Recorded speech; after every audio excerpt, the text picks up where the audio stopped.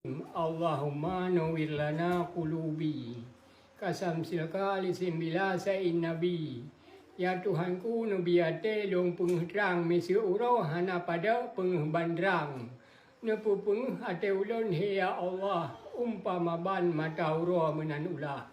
Rukun Islam kelimang yang pun syahadat, yang kedua tak sembahyang tak ibadat. Saya puasa kepada lima ngaji, ubah kabah yang mulia yang tak suci. Rukun iman dan perkara jinolun pegah, yang pun meceh buta patih na pot Allah. Yang kedua dapat tehna malaikat, temar yang kelih kitab tente dapat tehmat. Temar yang keempat dapat tehna bandung rasul, barang penegah dapat tehsah serta kabul. Yang kelima dapat tehna uro kiaman, uro selelih umur dunia kebangkit umat. 6 dapat teh untung baik, untung jihud.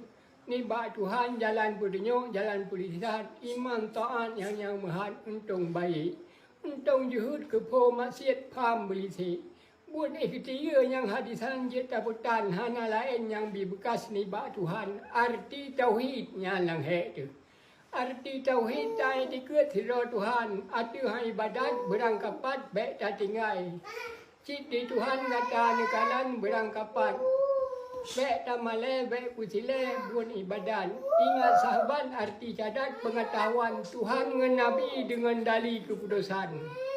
Ketayang le Tuhan ba Muhammad, umai kata perintah don kai pada hanai buat. Mengadu le Muhammad ba Tuhan, wahai Tuhan non, umat dong baik nadep inoi dunia tengok akhirat nadep.